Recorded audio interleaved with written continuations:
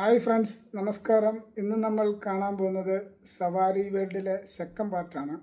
നമ്മൾ ആദ്യം ഒരു വീഡിയോ ഡൗൺലോഡ് ചെയ്തിരുന്നു. അത് നമ്മൾ അതിൻ്റെ പുറത്തുള്ള കുറേ കാഴ്ചകളും ഒക്കെ ആയിരുന്നു.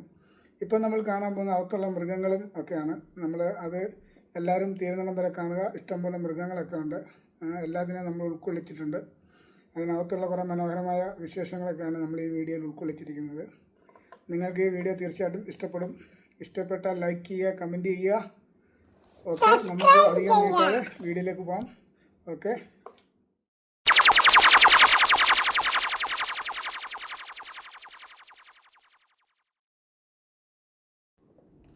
അങ്ങനെ നമ്മൾ എൻട്രൻസിലെത്തി. ഇനി ഇതിനകത്തോട്ട് കയറുമ്പോൾ നല്ല മനോഹരമായിട്ട് നല്ല ചെടികളും ഈന്തപ്പനകളും ഒക്കെ വെച്ച് നല്ല രീതിയിൽ അവർ സെറ്റ് ചെയ്തിട്ടുണ്ട്.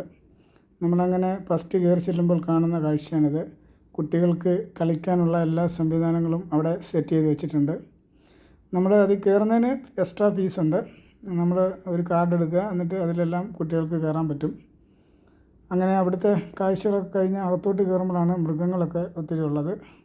നമുക്കിവിടെ വന്നു കഴിഞ്ഞാൽ കുറേയേറെ സമയം വേണ്ടി വരും അവിടെ മൊത്തം ഒന്ന് കയറി ഇറങ്ങി കാണാൻ. അതുപോലെ വിശാലമായിട്ടാണ് അവർ ഇത് സെറ്റ് ചെയ്തിരിക്കുന്നത്.